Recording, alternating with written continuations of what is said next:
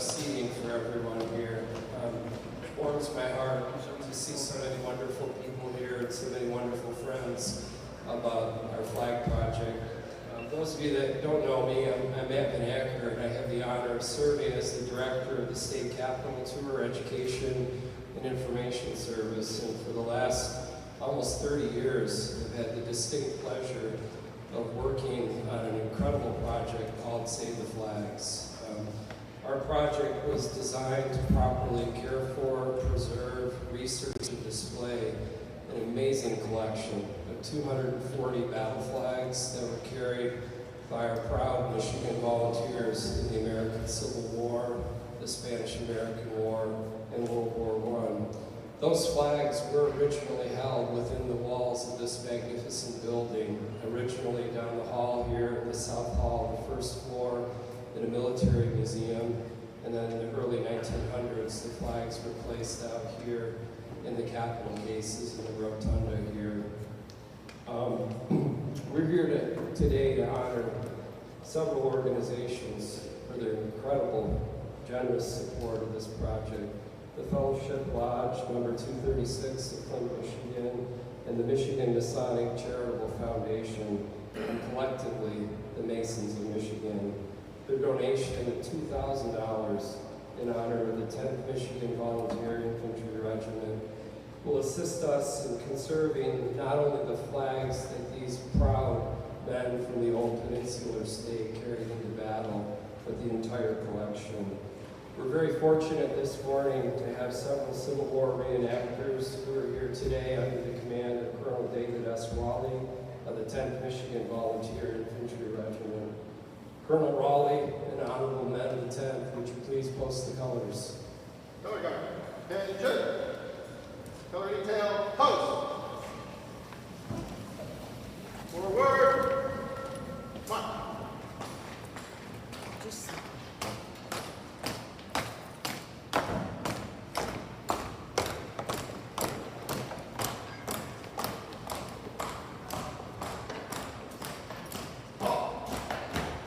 Sergeant, post the colors. Present color.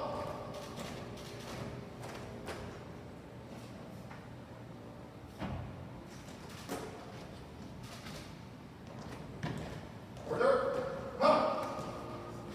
Left wheel, march. Forward, march. Halt. First ranks, march.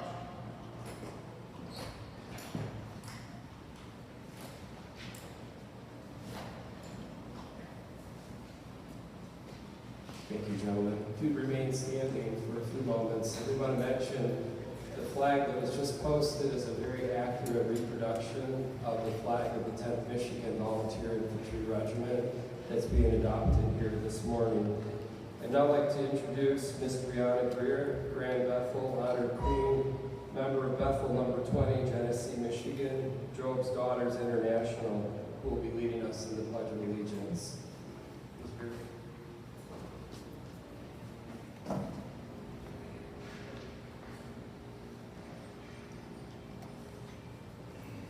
I pledge allegiance to the flag of the United States of America and to the republic for which it stands, one nation, under God, indivisible, with liberty and justice for all. Please feel free to sit. It's now my distinct pleasure to introduce a very talented singer and songwriter, and a gentleman who's become a friend of mine as in recent times, Mr. Dan Hall. Dan comes from the same area where the 10th Michigan formed, our very own Flint, Michigan. Mr. Hall.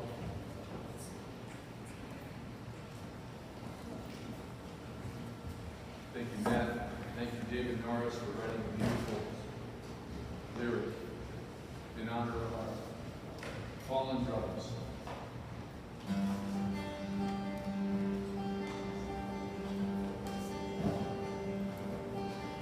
Poor Anson Miller was wounded at Gettysburg. McPherson's ridge is as far as he could go. Cut down at age 40, he lay wounded and died. Just another poor Yank, never can see home. His comrades left him, the battle was shifting. He cried out the master's word over the fight. Then a rebel from Tennessee came to his brother. He said, I go through the darkness as well as the light. Brothers clasped hands in glad recognition, stronger than warfare, boundaries or land. We meet on the level with history unending. When brothers have fallen, we offer our hand. Private men turned the rebel, came back to Miller with food and cool water. He comforts a friend. Two brothers bewildered by the bloodshed all around them. Cannon and gunfire never seemed to end. Now the word passed on to other Confederate Masons. Hey, Hiram, we heard you'd fallen, old friend.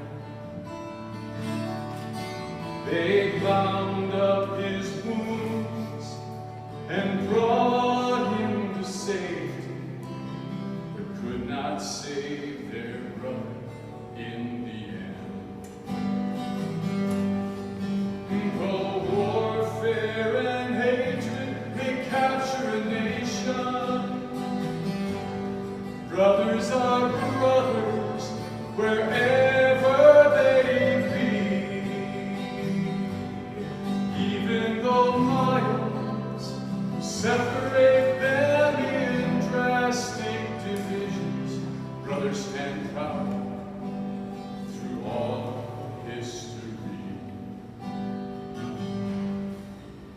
The sprig of acacia was worn upon the columns of gray woolen coats to honor a friend who in blue uniform was buried at Gettysburg.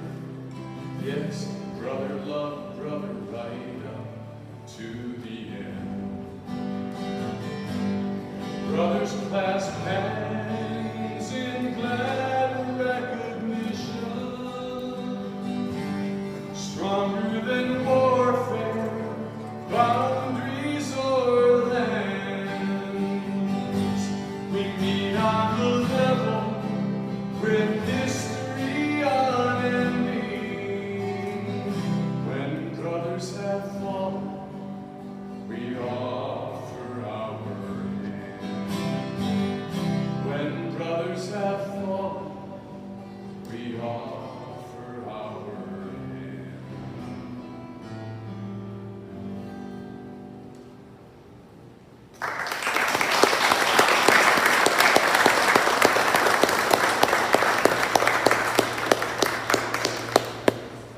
Wonderful. Thank you, Dan. We're blessed to have numerous friends here of Save the Flags this morning.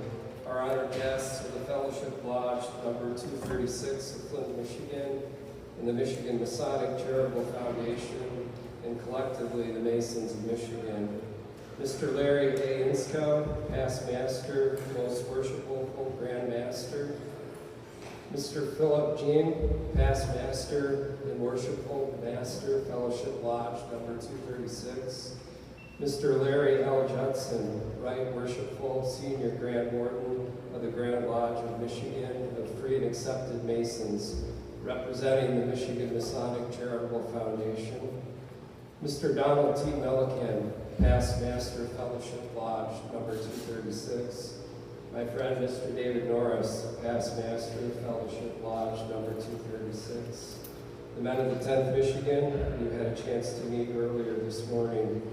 The Honorable Michigan State Representatives David Martin and John Cherry, who represent the area where the boys of Flint formed originally during the Civil War.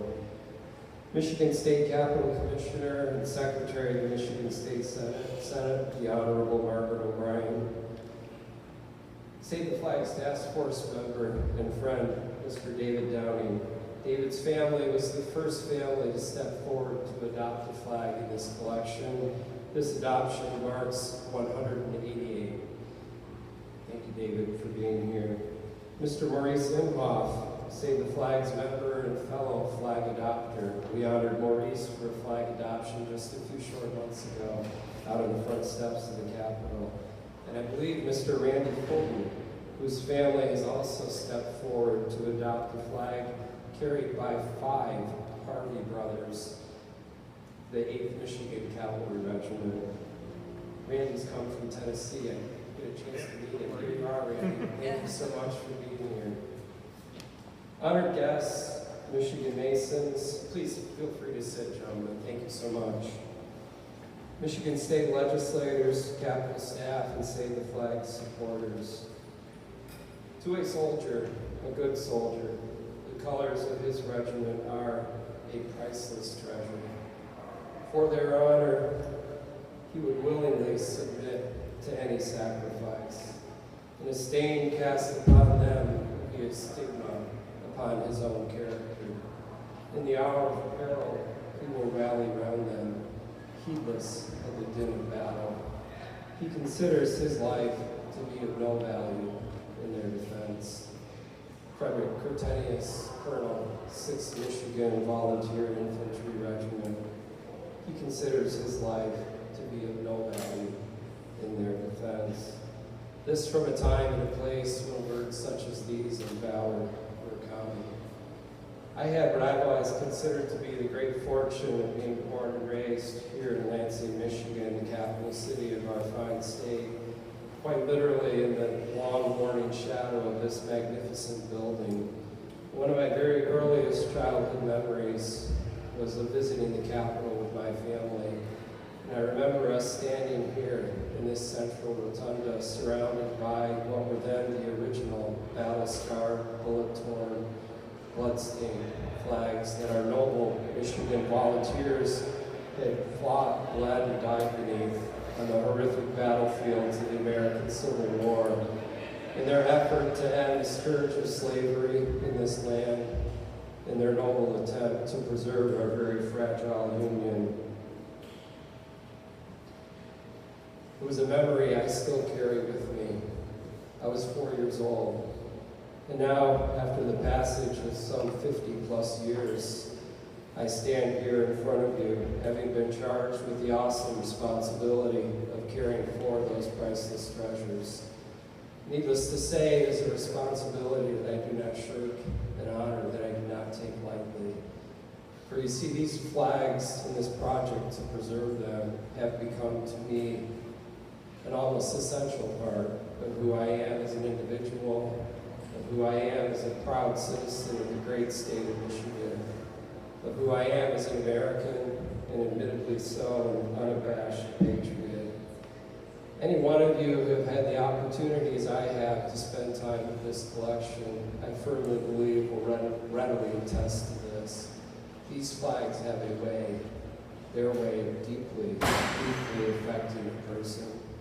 To gaze upon the battle honors, lovingly inscribed, the blurred and shrunken stars, the stitching of the soldier's own desperate attempts at battlefield repairs, the shattered staffs, the frayed fringe, the still pungent odor of centuries-old spent powder, the silk crimson stain. To lay your finger beside a bullet hole, your hand beside a saber slash, would make a believer, a true believer, out of any doubting Thomas. Hearts of stone cannot help but to be moved, softened, and melted by the experience. These flags have become to me as dear old friends, ragged, worn, aged, tired, so very tired, but desirous still, desirous in their own infirmity as old friends often are, to share their stories, to have someone, to have anyone listen. But alas, sadly these flags do not, nay, they cannot speak in audible tones. But their stories, those stories, are manifested by their red folds and in their silken fields of glory. To the men, the flags were the colors. The term itself evokes such deep affection, emotion, reverence. The colors, the embodiment of the regiment. The colors, not just some rag stuck to a stick. The pride of the regiment. These colors stand today as a touchstone to history. They are our touchstone to history. They were the men's touchstone to history. They are my very personal touchstone to history. The colors stand today as a constant reminder. The 90,000 Michigan men who fought in that war, 15,000 Michigan boys who did not return. Boys whose bodies were laid in their blood-soaked uniforms in shallow, hastily dug graves across the battlefields of this great nation. Let us not deceive ourselves for one moment. They were boys, nothing but boys. Boys who left their homes in hard fires here in Michigan and fought in 4 long, horrific years of combat. And those boys who, God sparing their lives, were fortunate enough to return to those home fires, came back changed and sadly often haunted men. Men who I have absolutely no doubt spent many a sleepless night, consumed and burdened by the guilt of the blood that they had been forced to spill, consumed and burdened by the guilt of Cain for having slain his own brother, consumed and burdened by their mere and yet their most audacious act of simply surviving, while so many of the comrades of their youths perished around and about them in the struggle. These were men who came home determined also, determined that what they had seen and what they had done should actually mean something, and that it should not be frithered away and wasted, that it should go towards building a state and a new nation that was truly worthy of their service, a state and a new nation that was truly worthy of their sacrifice, a state and a new nation that by God was truly worthy of the buckets of blood that had been shed. These were men who were determined also that they should be remembered. And this was not in some boastful or vainglorious attempt at immortality, but with the desire, the hope, and the fervent prayer that the uselessness, the madness, the horrible utter brutality that is all war should never, ever again be visited upon this nation, upon their progeny, their children, or their children's children. And so it is with that hope that we proceed today. By preserving these flags, we are preserving their history and making sure that their sacrifice is not forgotten. This is only made possible by the generous support of true friends like you all. It's now my honor to introduce Colonel David Wally, who will be sharing with us some information of the history of this fine regiment that we're honoring this morning. Colonel Wally.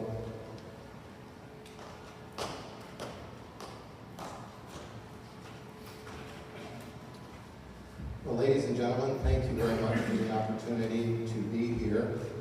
And as I mentioned with our new friend David Norris, this ceremony will continue this weekend, and I invite all of you to Big Rapids for the Mid-Michigan Civil War muster. We will be recreating reenactments from the Georgia campaign. So if you're interested, we have information for you. So we'd just like to welcome you. I asked Dave, and he said, please make the announcement here. So that's why it's is done in this manner. So, with that, I'm pleased to offer a few remarks. And again, thank you for the opportunity to be here. Since February of 1976, it has been our privilege as the 10th Michigan Infantry Civil War reenactors to honor the memory of the original 10th Michigan Infantry. Throughout 1861, 8 companies of the 10th Michigan were raised in Michigan's thumb, from Pontiac to Harbor Beach and Port Huron to Flint. 2 additional companies were added from Jackson and Hillsdale counties. The 10th Michigan was mustered into federal service at their Camp Thompson training camp along the Flint River on February 6, 1862, with an original enrollment of 997 officers and men. In all, some 1,626 volunteers, transferees, and draftees would see service in the 10th Michigan during the 4 years of the Civil War. While most 10th Michigan soldiers were between the ages of 20 and 40, the ranks also saw many men in their teens and some over 60. The youngest was drummer Cord Foote at 13, while the oldest was the drum major, James Pop Lacey, at 64. But whatever their age, the majority were farmers, day laborers. They were civilians, novices in the profession of the arms of war. The military service for the 10th Michigan was in the Western Theater. Many of the battles were small in nature, some mere skirmishes. However, the moving, marching, fighting was constant. The regiment had a reputation for readiness and attention to duty. A portion of it seemed to be everywhere along the rail lines of Tennessee. The length and severity of the marches were remarkable.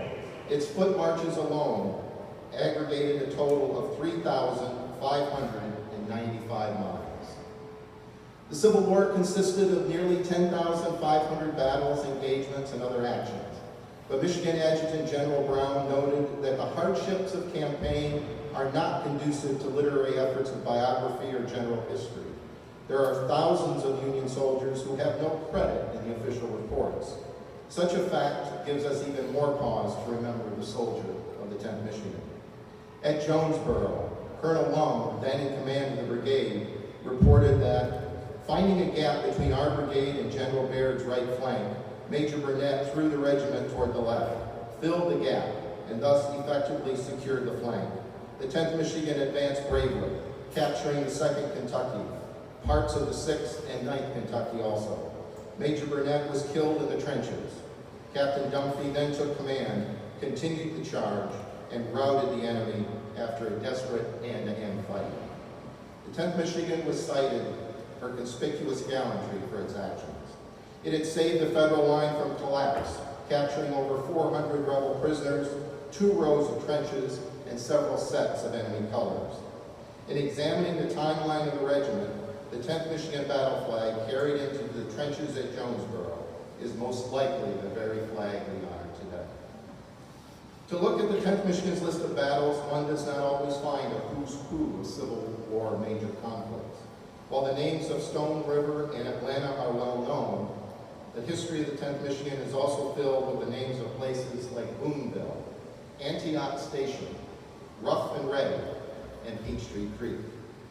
Each has a significant place in the hearts and minds of the soldiers who fought there, a place that the passage of time would never change. Sergeant Fletcher Hughes ended his final 1865 regimental history with the simple note, the future home. The men of the 10th Michigan returned to their homes all over the state, and while many became members of their local Grand Army of the Republic Post, a special place was held each year for the reunion of their 10th Michigan Infantry Association. The reunion was held each year in September on a date as close as possible to the anniversary of Jonesboro. During the service, the 10th Michigan marched thousands of miles, endured unspeakable hardships for want of food, clothing, and shelter. They marched during Knoxville on the strength derived from eating parched corn, picking it out of the troughs or off the ground when the mules were finished feeding. Many marched barefoot as their shoes had worn out. The wish of Sergeant Hughes and Drummer Foote, like so many of their comrades, was the desire to return home, but not to forget. The sacrifice had been too great. The 10th Michigan veteran, like his other federal comrades, universally expressed their pride at having been soldiers. Their service defined them, made them different, provided unique rewards and self-esteem beyond anything most Gilded Age Americans could muster. The 10th Michigan Infantry faded into history on January 10, 1944, with the passing of its last member, drummer Cord Foot, at the age of 95. Walt Whitman said in remembering the Civil War veteran that future years will never know the seething hell and infernal scenes of the war. He worried that the events of the Civil War will be forgotten, lost in the bustle and growth and change in the United States. Thus, as Abraham Lincoln reminded America, it is for us, the living, to make certain that such an event does not occur, so that future generations will never forget what they did. Thank you very much.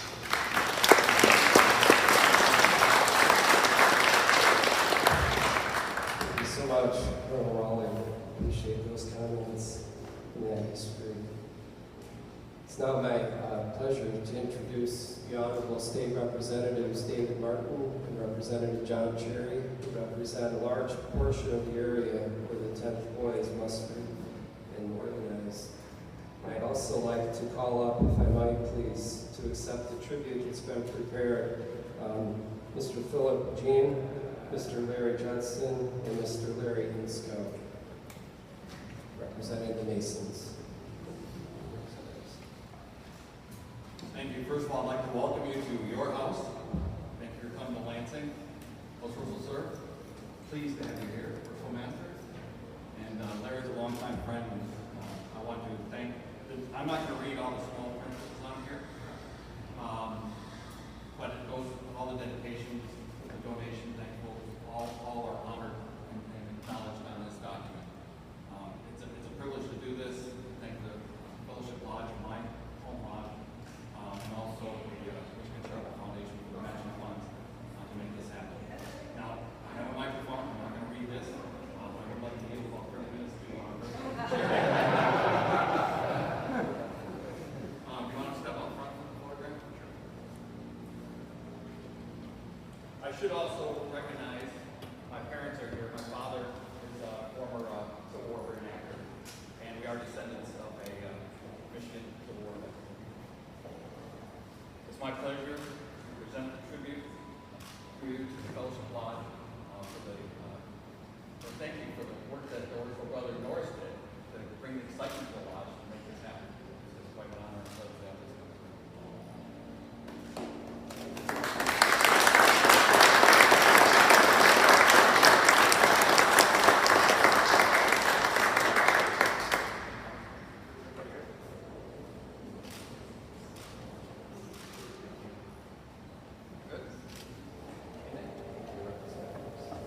On behalf of Fellowship Lodge, it's an honor to protect some of our history from Michigan, especially the 10th Infantry.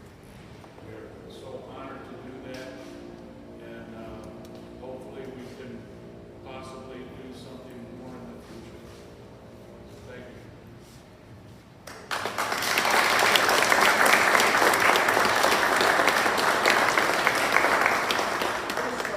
The act of 20,000 Masons of Michigan is truly an honor. We all, the system is great. The Lord's undertaking, you guys are doing, we wish you all success.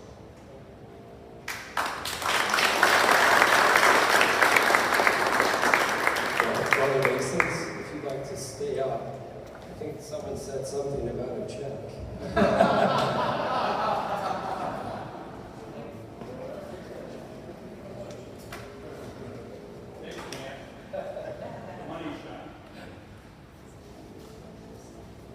So as you all know, Fellowship Lodge donated $1,000 matched by the Grand Lodge of Michigan for our charity work. And it's been a pleasure and an honor to present you with this check.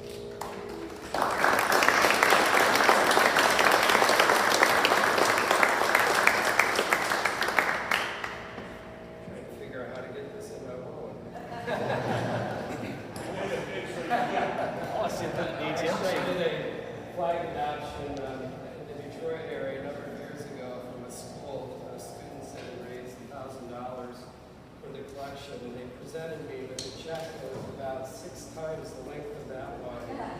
I was busy trying to figure out how I was going to get it into my Ford Fiesta. I think I ended up having to fold it in half. So, I'd also like now to introduce a dear friend of mine, Mr. David Downey, who, as I mentioned earlier, his family was the first family to step forward to support this flag project. David's been a long-time task force member of Save the Flags, and I was remiss in my duties also. We have some women from the Women's Relief Corps here also from the auxiliaries. Dawn and Carol, thank you so much for being here also. I apologize if there are others who I forgot to officially introduce. David, if you would mind stepping up. There he is. Come on up, my friend. And on behalf of the Masons, Mr. Donald T. Millikamp, if you could come up to receive the photograph, please.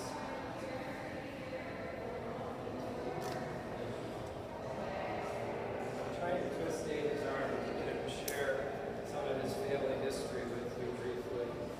Well, first off, thanks for being involved in the flag project here at the state of Michigan. I was one of the volunteers that was here back in 1989. I took the original flags out of the cases here, and I do specifically remember one of the first cases that I unraveled was one that had the 10th machine in it. My ancestor fought with the 3rd and 5th. So it's really something to honor the flag, because the flag meant so much to the soldiers. It's a very direct emotional connection to what the soldiers went through and how they felt about their service. And it's, if you get a chance to see some of the original flags, and I can take you down there and show you, it really is an emotional experience. My ancestor, as I mentioned, fought the 3rd and the 5th, and to maybe emphasize how much the flag meant to the soldiers during the Civil War.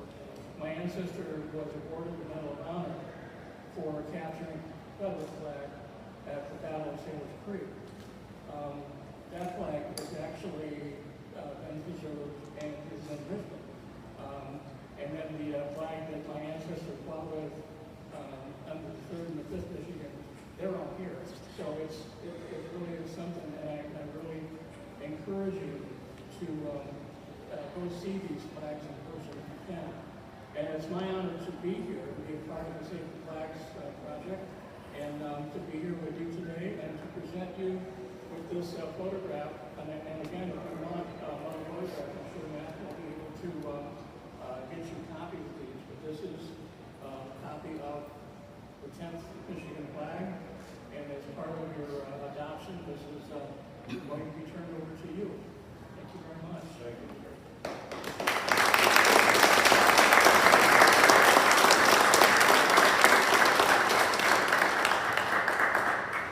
Thanks, I'm very proud to be part of an organization. Very proud to be part of an organization that is willing to help preserve artifacts of history, whatever they may be, so the future generations can enjoy it. And on behalf of our fellowship line, I will make this in our live room with pride. Thank you.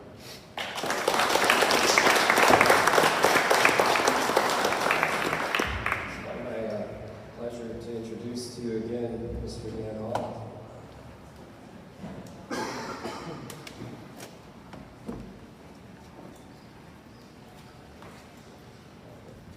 My shoes untied, but at least they're not having to do this barefoot.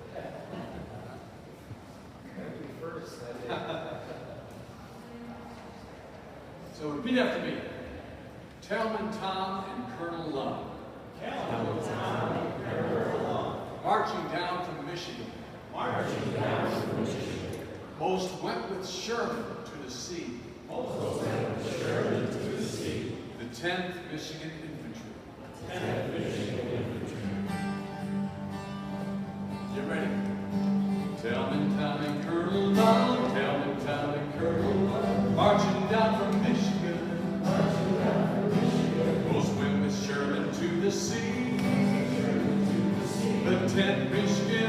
Infantry, the 10th Michigan Infantry. Johnny Rebel sure was pissed to see our boys march through like this. Farmers, tinkers, men of trade, every soldier made the grade. Oh, tell me, Tommy, Colonel Lund, marching down from Michigan, most went with Sherman to the sea. The 10th Michigan Infantry, Corinth down to Mission Ridge, across each valley, town, and bridge. At Buzzard's Roost they gave us hell. We drove them back at Tunnel Hill. Oh, tell him Tommy, Colonel Lund, marching down from Michigan, most went with Sherman to the sea. The 10th Michigan Infantry, Peachtree Creek, the battle rage. We left dear friends behind in the graves. How many wounded I can't tell, but David Atlanta finally fell.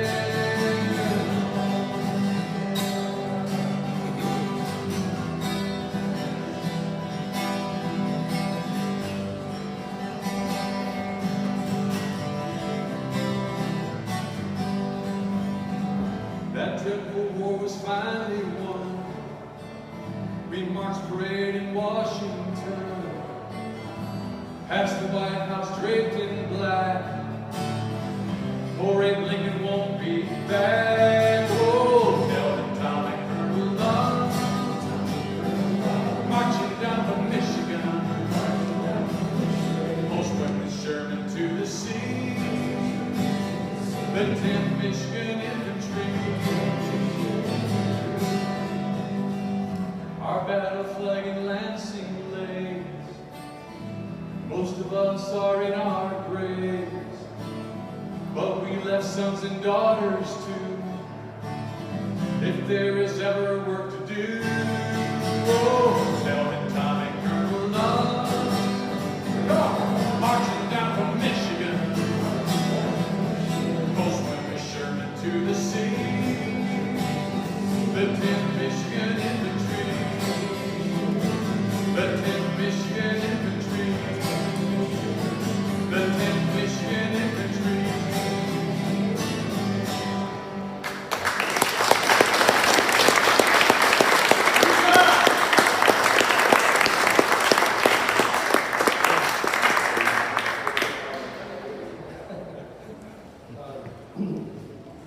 Dan won't do this, so I'm going to promote him a little bit. If you look at the back of your program, you'll see a link to some of his incredible music. We're so blessed to have him here today with us this morning. I first met this fine gentleman, Mr. David Norris, 2 years and 1 month ago, David, when you first sent me an email inquiring about the battle flags in the 10th Michigan Volunteer Infantry Regiment. Little did David know then that he too would succumb to the siren with the most serene call of the battle flags, and be irretrievably pulled into my tangled web of battle flag preservation. In all seriousness, when David commits to a project, he commits wholeheartedly. I remember a quote from our 16th President, Abraham Lincoln, when he was referring to the breakfast that he had consumed. And he said, the chicken contributed, but the hog contributed with a great passion. This is how David works on any project that he becomes a part of. Mr. Norris?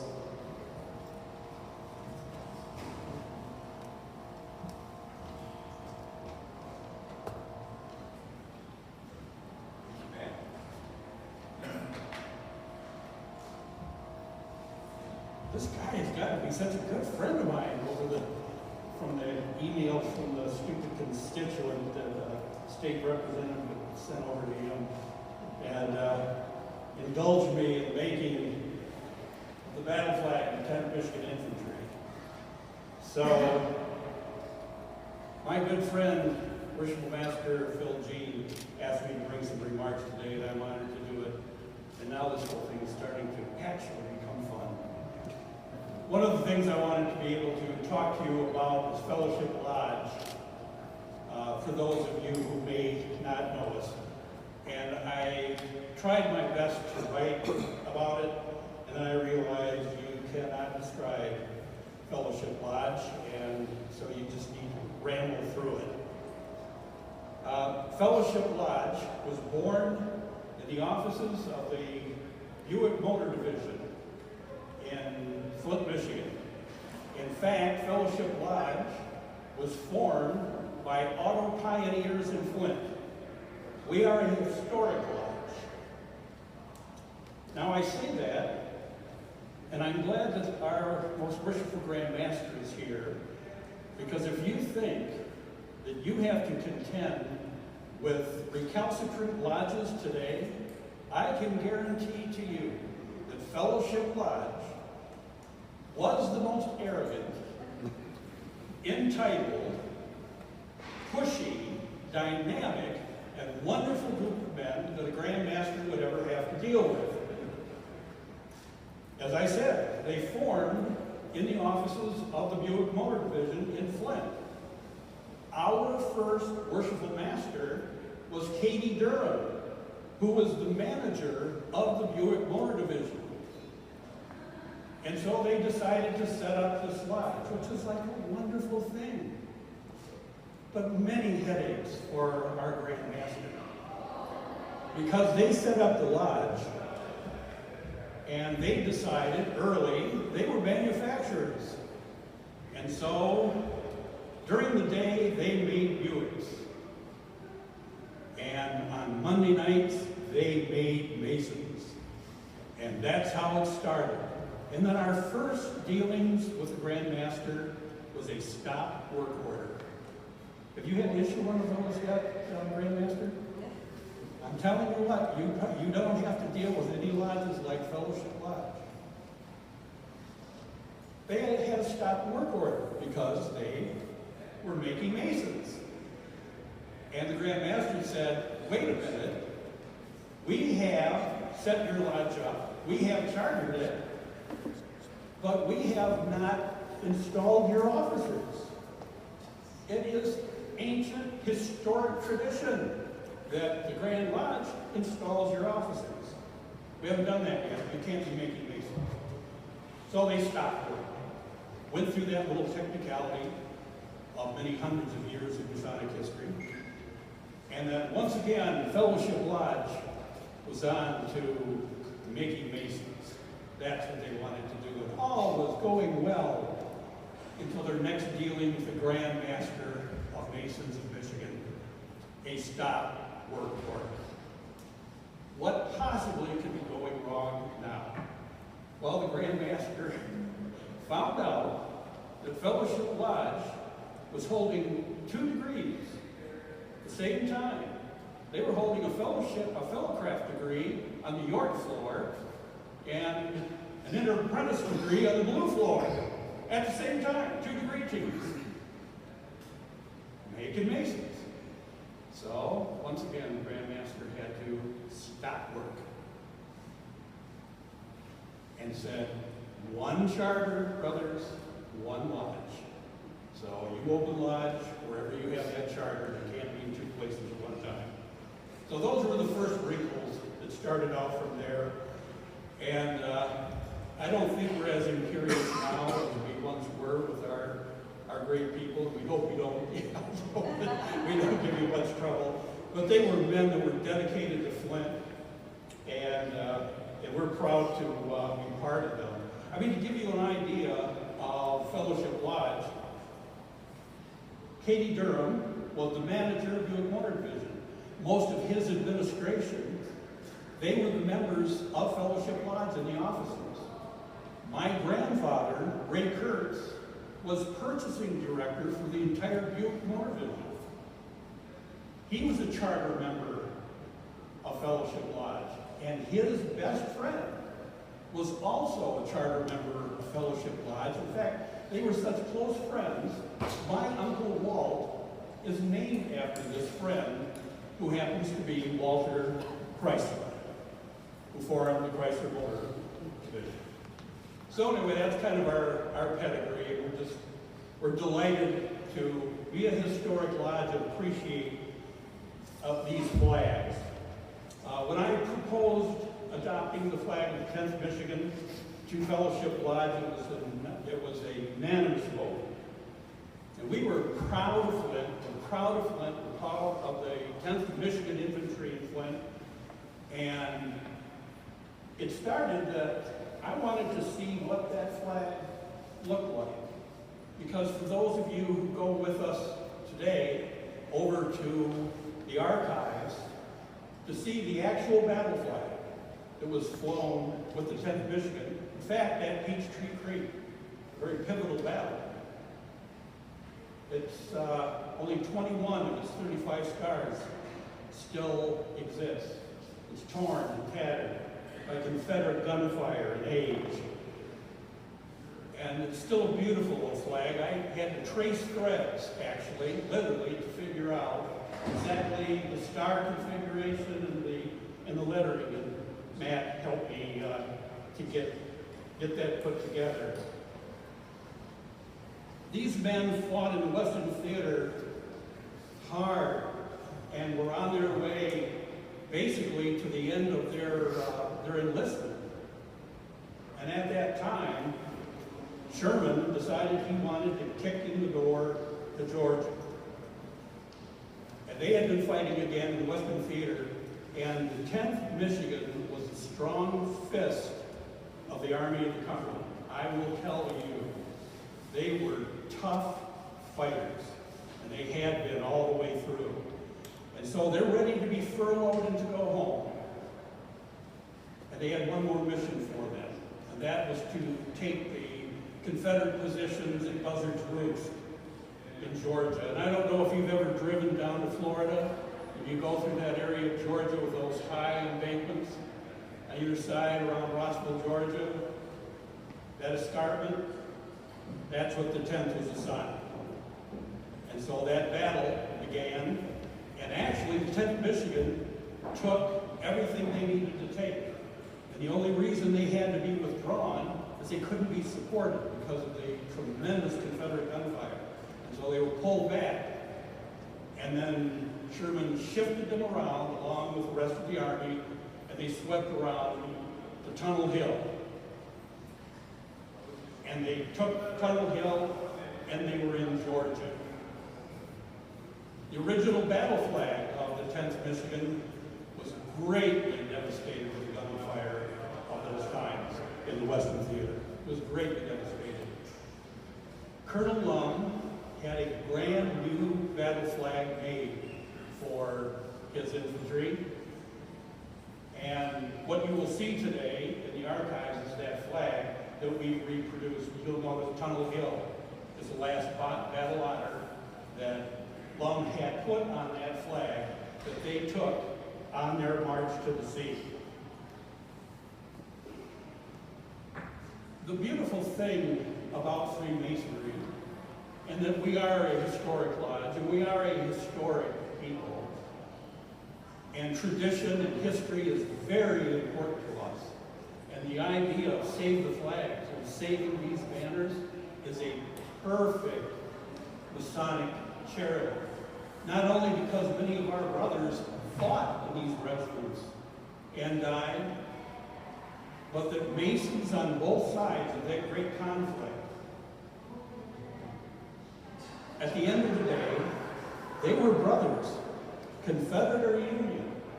And the song that Dan Hall sang is a true story.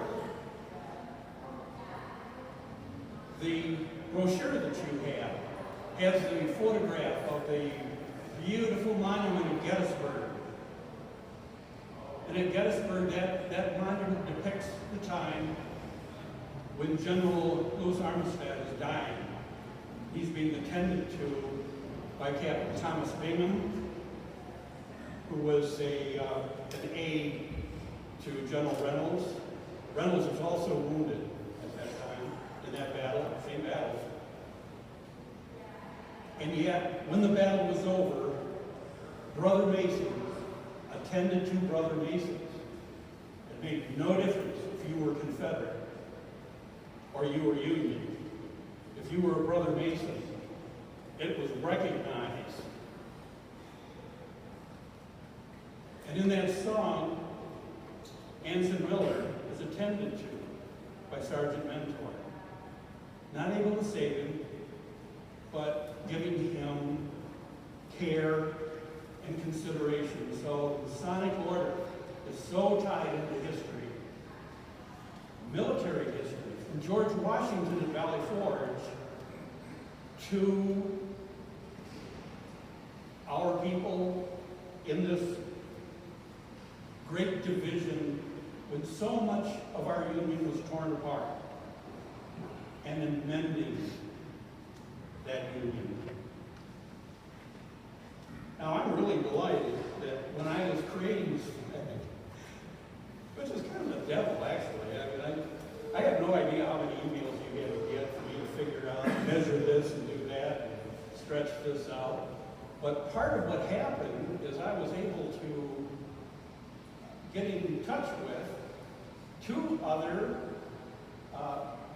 descendants of people, of men, who were not only in the 10th Michigan Infantry, but were in Company F, that my great-grandfather was in, Talman C. Owen.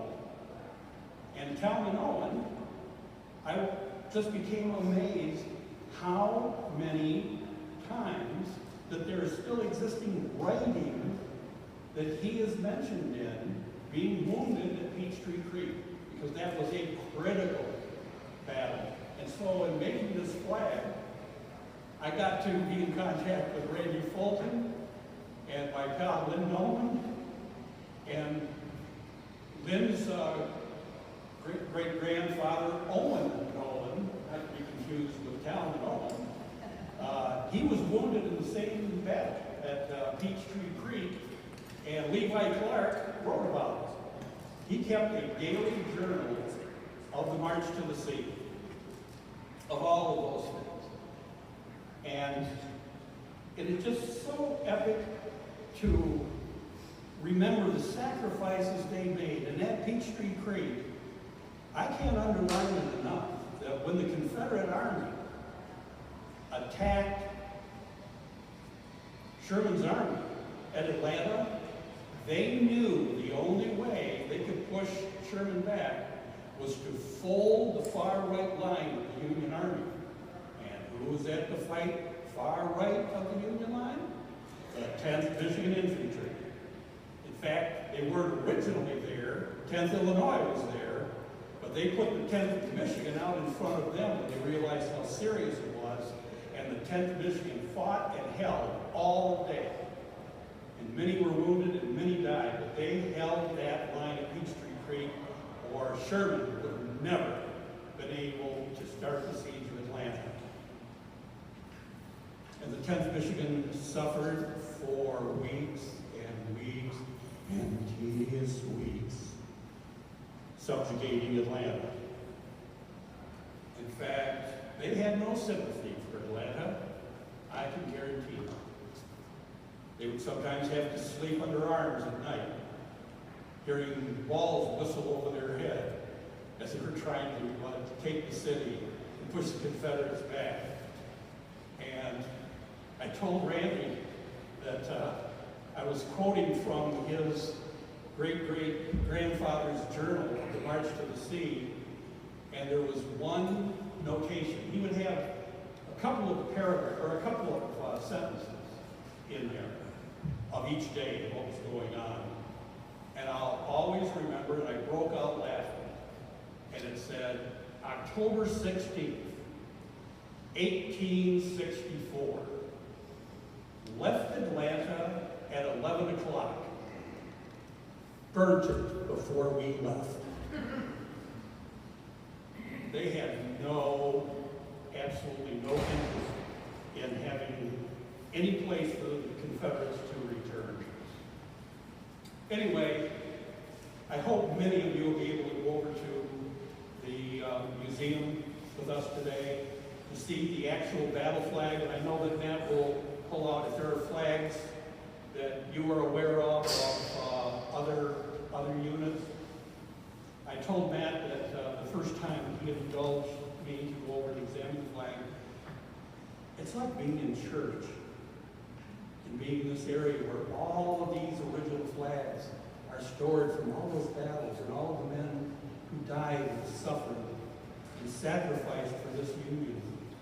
And those banners and those flags, they're all there. And it's important that we make sure that they continue to exist. And if we don't support, not only as a brotherhood, but all of you and whatever organizations you're in, if we don't support Save the Flags to be able to preserve these flags, they're not going to exist. And they need to exist because I firmly believe that those who are remembered still live, and that we owe it to those armies disappeared into history. I want to leave you with words from one of the heroes of the Civil War in the Battle of Gettysburg. In fact, in the movie Gettysburg, our own Michigan's Jeff Daniels played this officer in that movie. Impressed me greatly. Joshua Chamberlain returned to Gettysburg about 20 years after the epic battles there, and they were setting up monuments for the 20th Maine and various other groups that had suffered and died there. And so he was making various presentations at various monuments around, and he spoke some very important words. And I thought it's so appropriate for those words today and for what these flags represent, but more what those tattered old flags in the archives represent and why they are important. Colonel Chamberlain said, "In great deeds, something abides. On great fields, something stays. Forms change and pass, bodies disappear, but spirits linger to consecrate ground for the vision place of souls. Generations that know us not, and that we know not of, heart drawn to see where and by whom great things were suffered and done for them, shall come to this deathless place, to this field to ponder and dream, and lo, the shadow of a mighty presence shall wrap them in its bosom, and the power of vision will pass into their souls." My brothers, friends, guests, save the flags. Save the flags. Save the flags. Thank you.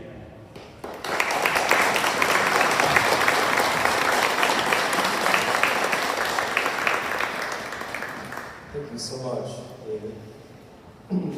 I also neglected to introduce another friend of Save the Flags, Ms. Sherry Telling, who just this very recently purchased a flag that was used by the Crapo Post of the Grand Army of the Republic in Flint, and very generously donated that GAR flag to our collection. And I apologize for not introducing you earlier.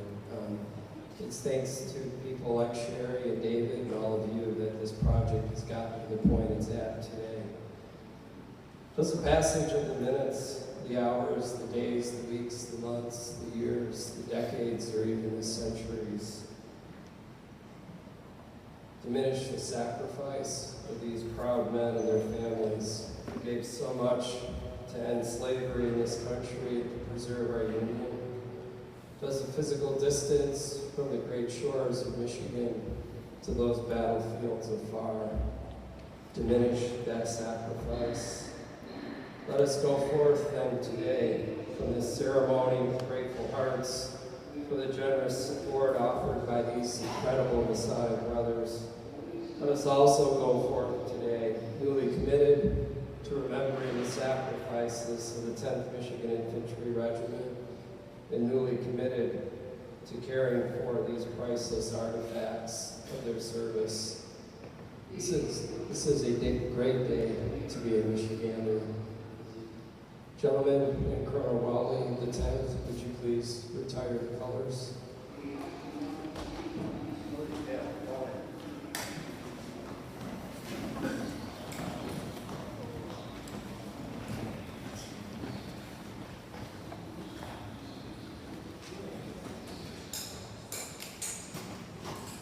Attention, company.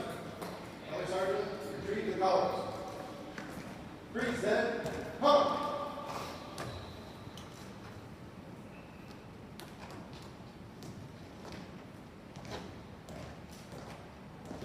Order, pump. Right wheel, mark. Forward, mark.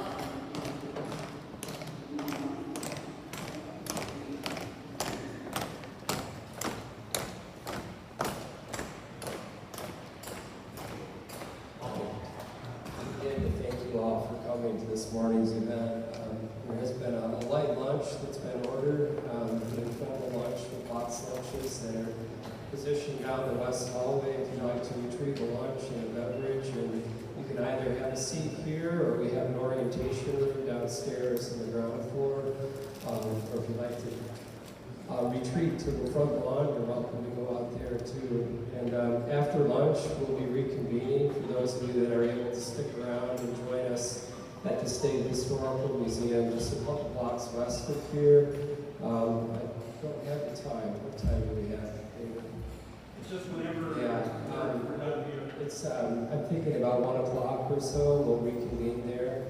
There is a parking lot at the museum. If you'd like to retrieve your car, drive your vehicle over there. The museum is actually opening special today just for our group to see the flag collection. They're still under COVID protocols, so they're technically not open to the public yet. So it's a special opportunity for us to see the collection. And thank you all again so very much.